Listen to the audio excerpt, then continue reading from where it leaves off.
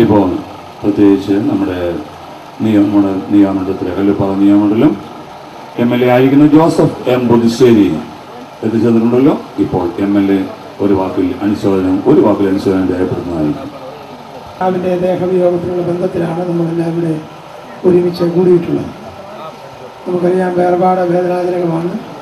അത് നമുക്ക് പ്രിയപ്പെട്ടവരും വേണ്ടപ്പെട്ടവരും ആകുമ്പോൾ ആ വേദനയുടെ തീവ്രത വർദ്ധിക്കുന്നത് നമുക്കറിയാം.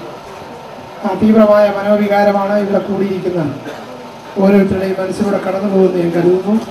പ്രിയപ്പെട്ട ഈ പിതാവിൻ്റെ ദേഹവിയോഗത്തിലുള്ള ഹൃദയപൂർവ്വമായ അനുശോചനം ഞാൻ ഈ അവസരത്തിൽ അറിയിക്കട്ടെ. നമുക്കറിയാം ക്രിസ്തീയ ജീവിതം പ്രത്യാശയിൽ ചുറ്റപ്പെടുത്തിയിട്ടുള്ളതാണ്. ആ പ്രത്യാശയോടുകൂടി പ്രിയപ്പെട്ട ഈ പിതാവിനെ യാത്ര അയക്കാൻ സംയുക്ത കുടുംബങ്ങൾക്ക് കഴിയട്ടെ എന്ന് ആത്മാർത്ഥമായി പ്രാർത്ഥിക്കുന്നു. എൻ്റെ ഹൃദയപൂർവ്വമായ അനുശോചനം ഒരുക്കുന്നു.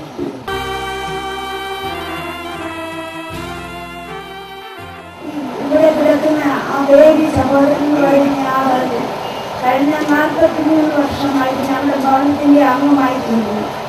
കർത്താവായ യേശുക്രിസ്തു തൻ്റെ പരസ്യ ശുശ്രൂഷയുടെ ശിഷ്യന്മാരെ തിരഞ്ഞെടുക്കുന്ന സമയം ഫീൽബോസിനെ കണ്ടിട്ട് പരിചയപ്പെടുത്തിയത് ഇവൻ ശരിയായിട്ടുള്ള ഇസ്രയേലിലാണ്. ഞാനിവിടെ ഇരുന്നപ്പോൾ എൻ്റെ ജീവിതത്തിൻ്റെ അനുഭവം വെച്ച് ഞാൻ ബേബിയെ ഒന്ന് ചിത്രിച്ച് നോക്കുകയായിരുന്നു. ശരിയായിട്ടും വിശ്വസ്തനായിട്ടുള്ള ഒരു മനുഷ്യനാണ് കിടക്കുന്നത്.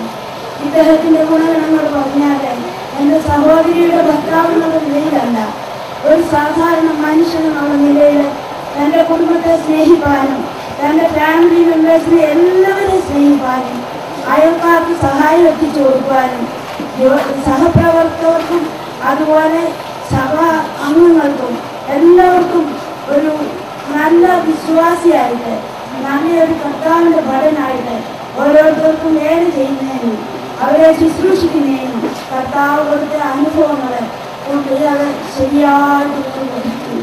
ഇന്ന് താൻ വിശ്രമിക്കുന്നു. കർത്താവ് എല്ലാവർക്കും ഒരു ചെറിയ ജീവിതം കൊടുത്തിട്ടുണ്ട്.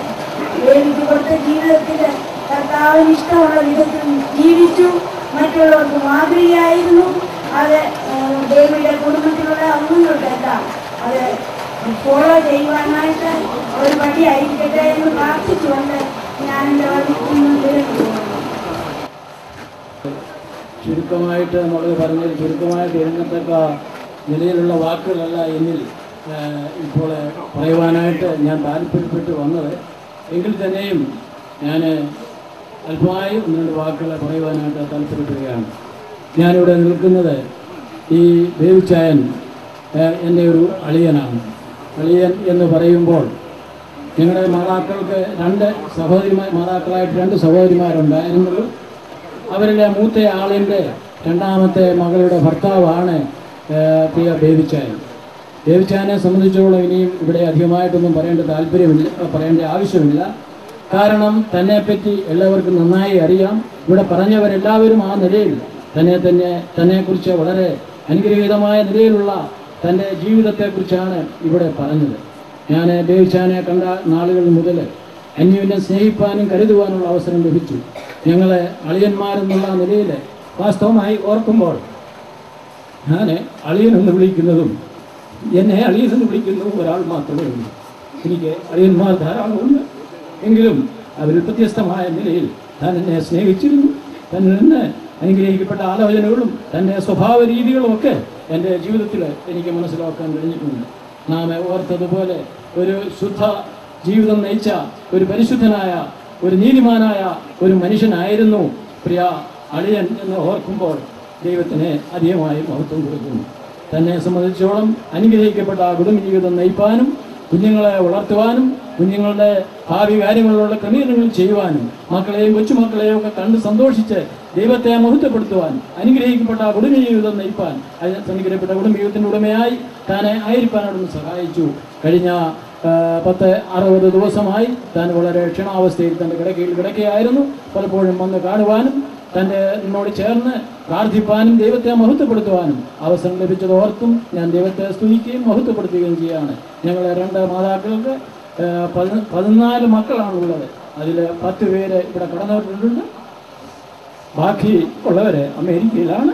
എന്നാൽ ഞങ്ങൾ ഒരുമിച്ച് ഈ നിലയിൽ ഞങ്ങളുടെ പ്രിയപ്പെട്ട അളിയനെ യാത്ര അയക്കുവാൻ അവസരം ലഭിച്ചതോർത്തും സ്തോത്രം ചെയ്യുന്നു. ദുഃഖത്തിലായിരിക്കുന്ന പൊന്നമ്മയും മക്കളെയും സ്വർഗത്തിലെ ദൈവം അവിടുന്ന് അനുഗ്രഹിക്കുകയും ആശ്വാസവും ധൈര്യവും ഉള്ളവർ കൊടുക്കട്ടെ. തന്നെ സംബന്ധിച്ച് ഓർക്കുമ്പോൾ നല്ല പോർപ്പെടുത്തു, ഓട്ടം തികച്ചു, വിശ്വാസം കാത്തു. ഇനി നീതിയുടെ കിരീടം പ്രാപിപ്പാനായിട്ട് താൻ പോയിരിക്കുകയാണ്. തന്നെ അവിടെ ചെന്ന് കാണാമെന്നുള്ള വലിയ പ്രത്യാശ ഞങ്ങൾക്ക് 14 മക്കൾക്കും ഉണ്ട്. ആ നിലയിൽ ആശ്വസിക്കാനുള്ള വകയുണ്ട്.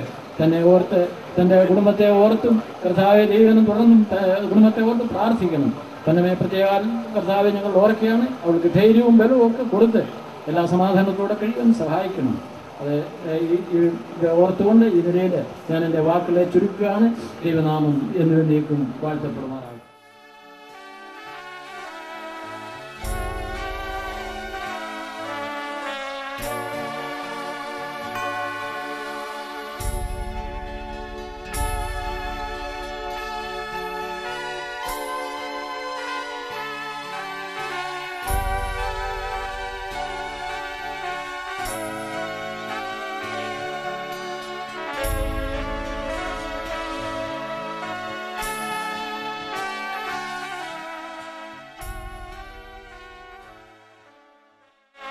വിശ്വാസികളെ ഓർപ്പിക്കും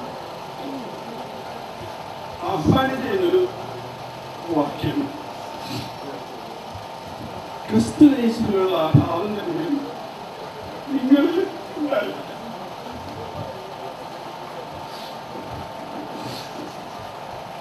വീണ്ടും ഓർപ്പിക്കുന്നുണ്ട്.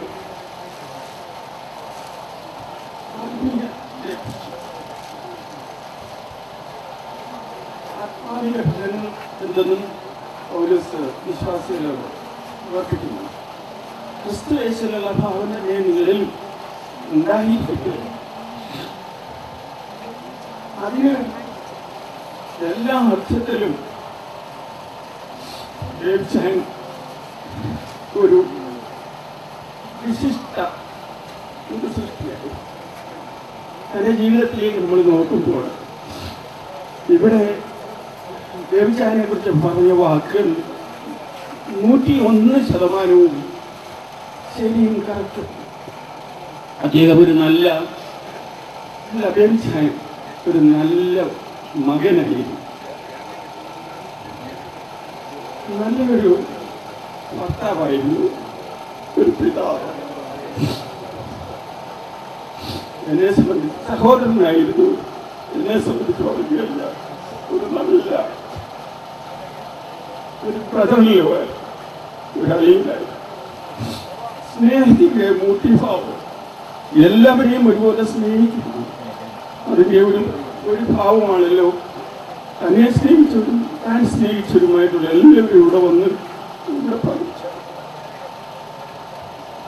സൗമ്യത ലഭിച്ചാൽ നിന്ന് പഠിക്കുന്നത് വളരെ സൗമ്യമായി താൻ ഏർപ്പെട്ടിരിക്കുന്ന എല്ലാത്തിനും കൃത്യനിഷ്ഠതയും അതുപോലെ തന്നെ സിൻസിയാരിറ്റി വളരെ അദ്ദേഹത്തിൻ്റെ ഒരു മുദ്രാവാക്യമായിരുന്നു സിൻസിയാരിറ്റി. വിശ്വസ്തനായ ഒരു മനുഷ്യൻ. ദേവിച്ചാൻ ഒരുപാട് നാള് ജീവിച്ച് ഞങ്ങൾക്ക് സ്നേഹം നൽകണമെന്ന് ആഗ്രഹമുണ്ട്. പക്ഷേ ദൈവത്തിൻ്റെ നിശ്ചയം എന്തെന്ന് ദൈവത്തിന് മാത്രമേ ഉള്ളൂ. ഒരു ഗാർഡനർ, ഒരു പൂന്തോട്ടക്കാരൻ ആ പൂന്തോട്ടത്തിലെ ഏറ്റവും നല്ല പുഷ്പമേ പറിച്ചെടുക്കും. അതുപോലെ ദൈവത്തിന് വേണ്ടിയ ആ നല്ല പുഷ്പത്തെ ദൈവം പറിച്ചു. പക്ഷേ ഇവിടെ പ്രസംഗിച്ചതും ഓർപ്പിച്ചതുമായ ആ വിശ്വാസം നമ്മളിലുണ്ടല്ലോ, ആ പ്രത്യാശ വീണ്ടും നമുക്ക് ആ തുറമുഖത്ത് കാണാമെന്നുള്ള ആ പ്രത്യാശയിൽ നമുക്ക് ദേവിച്ചാൻ്റെ ഭൗതിക ശരീരത്തെ ഇവിടെ പറയാം.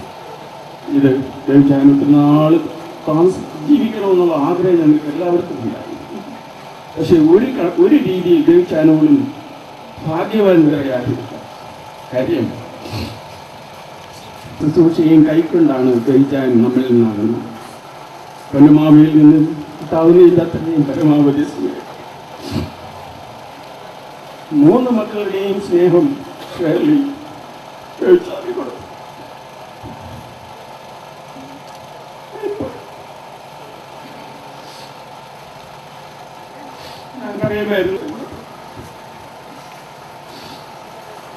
ഞാനിത് വാക്കിക്കുന്നില്ല. ദൈവം ഈ കുടുംബത്തിനും ഞങ്ങൾ ഞങ്ങൾക്ക് എല്ലാവർക്കും സമാധാനം നൽകുവാൻ എല്ലാവരും പ്രാർത്ഥിക്കണമെന്നുള്ള അപേക്ഷിച്ചുകൊണ്ട് ഞാനൊരു വാക്കുകളിൽ നിന്ന് നാമത്തിൻ്റെ മഹത്വം ഉണ്ടാകട്ടെ. ഉപയോഗിച്ചാനുമായി കഴിഞ്ഞ 10-12 വർഷത്തെ പരിചയമേ എനിക്കുള്ള ദീർഘകാലം പരിചയമുള്ളവരൊക്കെ ഇവിടെ അനുശോചനം അറിയിച്ചു. ഇവിടെ ഒരാൾ പറഞ്ഞ വാക്കെന്നെ വളരെ സ്വാധീനിച്ചു. യേശുക്രിസ്തുവിലുള്ള ഭാവം തന്നെ നിങ്ങളിലും ഉണ്ടായിരിക്കട്ടെ എന്ന്. യേശുക്രിസ്തുവിലുള്ള ഭാവം അത് ദൈവത്തോട് ഉള്ള സമത്വം മുറുകെ പിടിച്ചുകൊള്ളണമെന്ന് വിചാരിക്കാതെ ദാസരൂപമെടുത്ത ഭാവമാണ്. പ്രിയ ബേജാനെ സംബന്ധിച്ചിടത്തോളം പറയുമ്പോൾ താന് വളരെ എളിമയും താഴ്മയുമുള്ള ഒരു മനുഷ്യനായിരുന്നു. തൻ്റെ ഔന്നത്യം ഒരിക്കലും താൻ പ്രകടിപ്പിച്ചിട്ടില്ല. ഈ കാലങ്ങളിലുള്ള പരിചയത്തിൽ എനിക്ക് ഉണ്ടായ ഒരു അനുഭവം അതാണ്. ഈ നാഗൽ സാഹിബ് ഒരു പാട്ടിങ്ങനെ പാടിയിട്ടുണ്ടല്ലോ, സമയമാം രഥത്തിൽ ഞാൻ സ്വർഗയാത്ര ചെയ്യുന്നു, എൻ സ്വദേശം കാണുന്നതിനായി ഞാൻ തനിയെ പോകുന്നു, ബന്ധപ്പെട്ടോടിയിടുന്നു എന്ന് നാഗൽ സാഹിബ് പാടിയിട്ടുണ്ട്. ആ പാട്ടിൻ്റെ അർത്ഥത്തിൽ ഉള്ളവരാണ് നാം എല്ലാവരും. നാം ഒക്കെ സ്വർഗരാജ്യം, നമ്മുടെ രാജ്യം, നമ്മുടെ ദേശം ഇതല്ല, നമുക്കായിട്ടൊരു രാജ്യം ഒരുക്കിയിട്ടുണ്ട്. അവിടേക്ക് നാം യാത്ര ചെയ്തുകൊണ്ടിരിക്കുകയാണ്. രാത്രിയിൽ ഞാൻ ഉറങ്ങുമ്പോഴും എൻ്റെ രഥത്തിൻ്റെ ചക്രം മുന്നോട്ട് ഓടിക്കൊണ്ടിരിക്കുന്നു.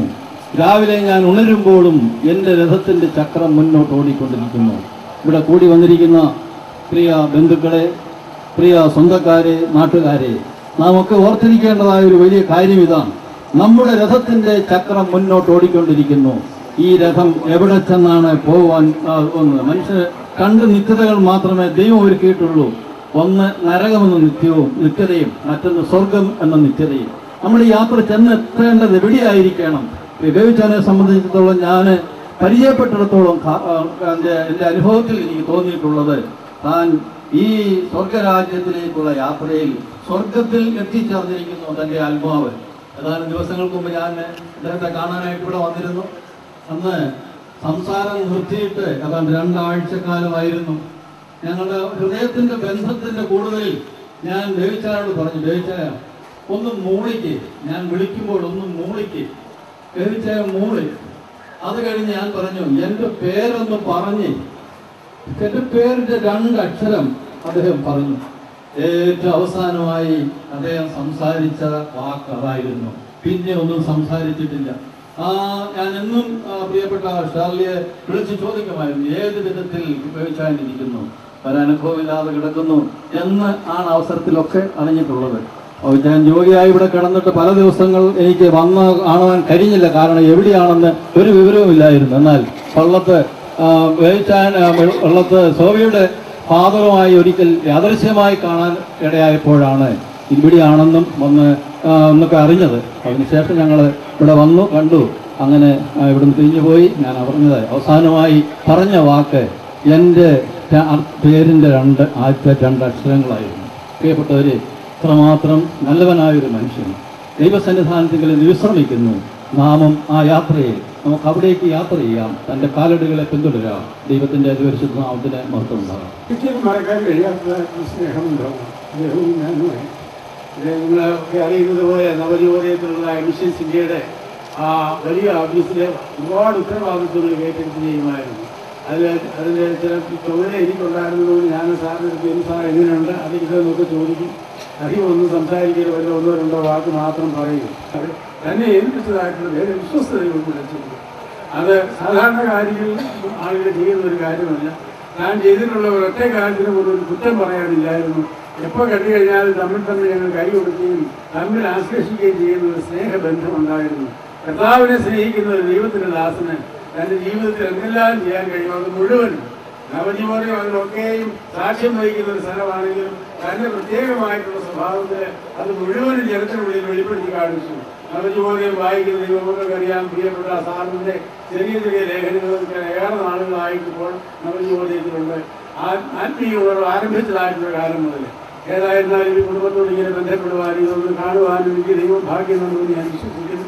കർത്താവിനോടുള്ളതായ സ്നേഹത്തിൻ്റെ ബന്ധത്തിൽ അവന് നിത്യതയിൽ ചെന്നാൽ എൻ്റെ പ്രിയപ്പെട്ടവരെ ഒന്നുകൂടെ കാണാം എന്നുള്ളതായ ഉറപ്പുള്ളതുകൊണ്ട് നന്ദിയോടെ ദൈവത്തിന് സ്തോത്രം ചെയ്ത് സകല ബഹുമാനവും ഇവിടെ ഉള്ള പ്രിയപ്പെട്ടവർക്കെല്ലാം ഞാൻ ദൈവസന്നിധിയിൽ ആ വാഗ്ദത്തപ്രകാരം ലഭിക്കണമെന്ന് ആഗ്രഹിച്ച് പ്രാർത്ഥിച്ചുകൊണ്ട് എനിക്ക് ലഭിച്ചതായി അവസരത്തിൽ ദൈവത്തെ മഹത്വപ്പെടുത്തിക്കൊണ്ട് ഒരു വാക്കുകൾ അവസാനിക്കും.